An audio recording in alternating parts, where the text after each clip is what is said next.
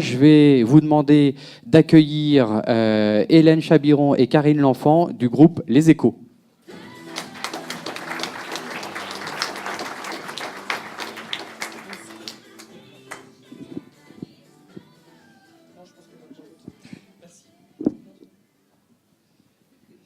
Bonjour.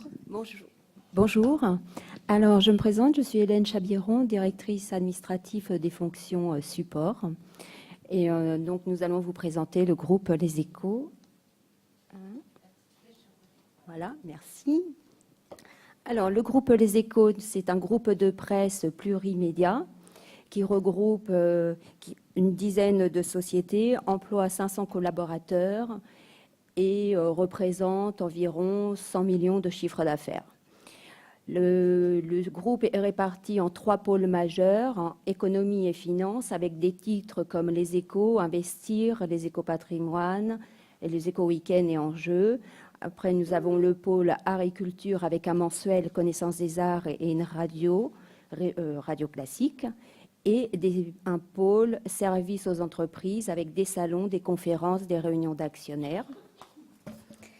Le groupe Les Échos possède une régie intégrée qui se nomme Les Écomédias.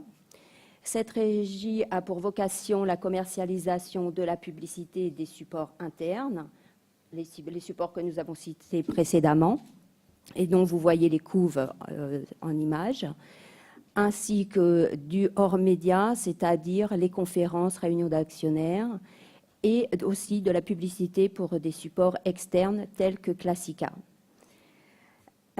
Les éditeurs facturent mensuellement leur chiffre d'affaires à la régie. Pour comptabiliser ce chiffre d'affaires, ils émettent des factures et rémunèrent la régie via un taux de commission négocié chaque année. Et cette commission, appelée commission de régie, est déduite automatiquement des factures reçues par la régie. Nous avons pour ce faire, nous utilisons Star. Le périmètre de Star, alors nous l'utilisons sur l'ensemble de la chaîne client, c'est-à-dire de la saisie des devis, en passant par les commandes, les réservations, la facturation, jusqu'à la sortie des statistiques, pour les ventes de publicité en termes de presse, web, tablette et mobile. Star gère aussi le hors-média, les conférences, les formations, les études et diverses factures internes entre les sociétés du groupe et les ventes de journaux. Pour les annonces légales, il y a une particularité parce qu'au-delà de facturer la vente auprès de la clientèle, il gère aussi les factures émises par les éditeurs externes. En complément sur le quotidien et les cahiers divers et variés, cahier 2, cahier 3 concernant le quotidien, Star gère la réservation des publicités dans la maquette commerciale selon les commandes passées et les disponibilités. Nous avons 120 utilisateurs et ça représente environ 80% de notre chiffre d'affaires. Je vais laisser la parole à Karine qui va vous présenter le cas que nous avons choisi, qui est la publicité digitale. Donc, Karine L'Enfant, j'interviens sur le même périmètre que Hélène, donc au sein de la régie. Et le cas qu'on a décidé de vous présenter donc, porte sur effectivement l'évolution de l'activité digitale. Jusqu'à la mise en place de cette solution, nous gérions nos campagnes de publicité digitale de la même manière qu'on gérait de la publication sur le papier, donc un format publicitaire, un format publicitaire avec une date de parution et un chiffre d'affaires correspondant. Le souci, c'est qu'en fait, une campagne digitale, c'est déjà une période et non pas une date fixe. Ça comprend effectivement un dispositif complexe, donc ce n'est pas seulement un format de publicité à un emplacement précis, c'est une multitude de formats qui sont prévus à des endroits précis du site, soit sur un seul onglet de notre site, soit effectivement sur plusieurs, et donc forcément ça complexifie les choses. Une campagne digitale, c'est effectivement un certain dispositif avec un chiffre d'affaires en face, mais c'est surtout aussi un engagement de générer un certain nombre d'impressions. Une impression, c'est lorsque vous allez sur une page d'un site, c'est le fait qu'une publicité apparaisse. Et donc, quand on vend une campagne digitale, on s'engage, en fonction du chiffre d'affaires défini, à générer un certain nombre d'impressions.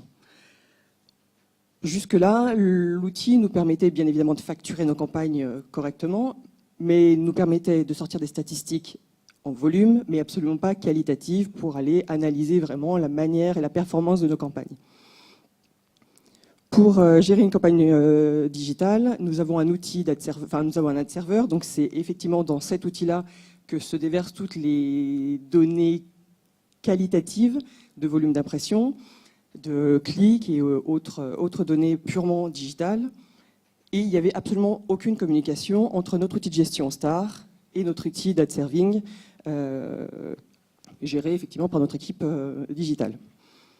Donc notre besoin, c'était effectivement de s'adapter à l'évolution du marché, puisque comme on l'a dit, effectivement, la part des campagnes digitales prend de plus en plus d'importance aujourd'hui. Et donc il devenait important de pouvoir faire un retour plus facile, plus instantané de nos performances. Donc notre besoin, c'était bien évidemment de pouvoir... alors, j'ai juste oublié une chose, c'est que dans une campagne digitale, effectivement, nous avons des dispositifs qui sont clairement définis, c'est-à-dire qu'on sait sur quel emplacement on va diffuser notre campagne, mais il y a aussi toute une partie du dispositif qui s'appelle de la rotation générale, qui permet de promouvoir plus largement la campagne sur l'ensemble de notre site, la rendre le plus visible possible. Donc il y a une part de ce dispositif qui est donc en rotation générale et qui va aller sur l'ensemble des pages du site et qui n'est pas forcément directement lié à ce qui était prévu initialement. Dans notre manière de rétribuer les éditeurs tels qu'on l'a évoqué, si la campagne est prévue sur un site, le chiffre d'affaires va à l'éditeur correspondant. Dans cette méthodologie-là, on ne rétribuait pas la valeur des impressions générées par tous les éditeurs qui étaient sur les autres pages du site, non définies précisément par la campagne initiale. Donc ça devenait important de pouvoir rémunérer chaque éditeur à la hauteur du trafic qu'il avait généré et de ne pas effectivement... de rééquilibrer effectivement la répartition du chiffre d'affaires de chaque campagne. Donc, notre besoin, c'était bien évidemment de pouvoir intégrer des éléments techniques qui sont purement liés au digital, donc des volumes d'impression, des volumes de clics, du capping, des parts de voix, qui étaient des notions complètement inexistantes dans Star jusque-là. Nous avions besoin de pouvoir gérer la répartition du chiffre entre les éditeurs sur toute cette partie rotation générale, et on avait besoin d'avoir une plus grande souplesse dans la facturation et la programmation, puisque de plus en plus, nos campagnes sont effectivement multi-sites et multi-emplacements et multi-formats. Vous allez voir que nous, on est beaucoup plus sympa. Donc, on avait besoin, effectivement, d'intégrer effectivement les données techniques dont j'ai parlé. On a commencé à évoquer le sujet, je pense, milieu d'année. Donc on va dire que la décision de faire évoluer l'outil a été prise en juillet. Et comme ça a un impact sur le chiffre d'affaires, il fallait forcément qu'on soit prêt à fonctionner dès le début de l'exercice budgétaire. Donc en janvier suivant, donc, on avait à peu près 6 mois, avec dedans, bien évidemment, la pause estivale, et un dernier trimestre, même quadrimestre, qui tous les ans, effectivement, chez nous, est très chronophage. Et donc, il fallait qu'on puisse mettre en place cet outil très rapidement et qu'on sollicite le moins possible les équipes. Donc, tout était très simple. Donc, 6 mois pour tout faire et surtout réussir à trouver des solutions sans trop nous poser de questions. Donc, 2 options. Soit, effectivement, on prenait un outil déjà existant, complètement en phase et purement dédié à l'activité digitale qu'on pluguait sur notre ad serveur. Soit, on prenait effectivement, on faisait évoluer Star de façon à pouvoir n'avoir qu'un outil de gestion, qu'un outil de facturation et surtout qu'un outil de reporting. Si on est là, c'est que bien évidemment, on a choisi la solution ACA. Si je pense pas. Ah si, c'est ça. Non, c'est pas ça, c'est pas grave.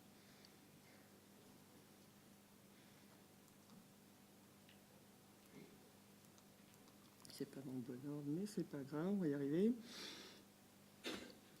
Donc, on a choisi ACA parce qu'ils ont su effectivement nous apporter toute la réponse technique à nos besoins. C'était bien évidemment le critère essentiel. Mais comme nous avions des contraintes de temps, il fallait forcément avoir une très bonne compréhension de notre fonctionnement, de tout le mécanisme comptable entre effectivement notre outil de gestion commerciale et toute la partie comptabilité. Et il fallait quelqu'un effectivement qui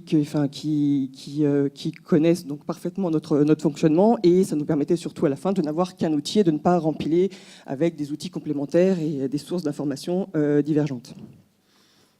Donc aujourd'hui, ce que nous arrivons à faire, c'est que nous avons un système de facturation qui correspond complètement effectivement à la campagne qui est prévue, et tout ce qui se passe en arrière est totalement transparent pour le client, puisque effectivement le fait qu'on reventile le chiffre d'affaires d'une manière ou d'une autre doit être complètement transparent pour le client. On a la possibilité aujourd'hui de facturer une campagne, quel que soit le nombre de supports effectivement qui sont intégrés dans cette campagne, alors qu'initialement, si on était amené à diffuser la campagne sur 2 sites, ça supposait de générer 2 factures. Donc forcément, quelque chose d'assez contraignant pour les clients pour s'y retrouver. Donc aujourd'hui, effectivement, on a une solution globale et en tout cas une visibilité, une lecture pour les clients qui est beaucoup plus simple. Ça nous permet donc aujourd'hui d'avoir effectivement tout ce qui nous manquait, de pouvoir suivre de manière qualitative la manière dont on diffuse nos campagnes, de pouvoir savoir combien on a réussi à à réaliser d'impressions par rapport à nos engagements, de pouvoir valoriser effectivement le nombre de clics. Le nombre de clics, c'est effectivement quand une page apparaît sur un site, combien d'internautes cliquent sur la pub pour effectivement aller sur le site de l'annonceur. Et ensuite, de pouvoir savoir sur une campagne quelle est la part du chiffre d'affaires qui est allée à chacun des éditeurs, de façon à pouvoir mieux travailler effectivement nos budgets et tout ce qui va avec la ventilation du chiffre d'affaires. La complexité des campagnes digitales, c'est de savoir effectivement comment se ventile le chiffre. On est capable d'identifier ce qui a déjà été réalisé. Après, il faut savoir anticiper la manière dont le reste de la campagne va se servir. Et pour ça, ça veut dire que le système recalcule systématiquement la vitesse à laquelle le nombre d'impressions s'est déjà réalisé et fait une extrapolation de la manière dont le reste de la campagne va pouvoir se répartir entre les sites et à quelle vitesse, effectivement, on va avoir réalisé la campagne. Ce qui nous permet, ce qui permet au trafic, l'équipe qui programme les campagnes, de pouvoir réadapter. Si jamais on est à 50% de la période de la campagne, mais qu'on n'a pas forcément réalisé 50% du nombre d'impressions prévues, on est capable de réajuster et de mettre effectivement l'accent un peu plus sur une campagne plutôt qu'une autre pour rééquilibrer et réussir à tenir nos engagements vis-à-vis de nos clients. Et cette modification se recalcule tous les jours dans notre site commercial et nous permet de pouvoir réaliser des prévisions de chiffre d'affaires sur le mois, sur l'année et ainsi de suite, en fonction de tout ce qu'on a déjà signé. Et ensuite, ça permet donc, une des problématiques que nous avions, de pouvoir répartir l'ensemble du chiffre d'affaires réalisé par la régie, sur l'ensemble de nos éditeurs.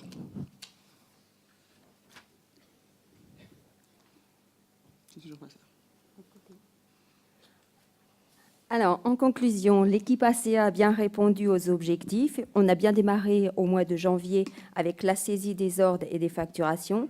Fin janvier, clôture du mois. On a bien dans les comptes le chiffre d'affaires éclaté par éditeur et la facturation des éditeurs qui vient en automatique avec un justificatif de séparation. Évidemment, ça n'aurait pas été drôle de leur donner toutes ces contraintes sans en rajouter quelques-unes. Donc, dès le départ, on a eu la fusion des 2 régies, puisque les Écomédias est la fusion entre ex-Ecofi et ex-DI Régie. La fusion d'éditeurs, ainsi que des changements d'éditeurs au niveau des sites, puisque les sites, suivant s'ils sont bourse ou news, on n'a pas les mêmes éditeurs. Et pour couronner le tout, on changeait aussi d'ad server, c'est-à-dire le produit avec lequel Star devait être en liaison.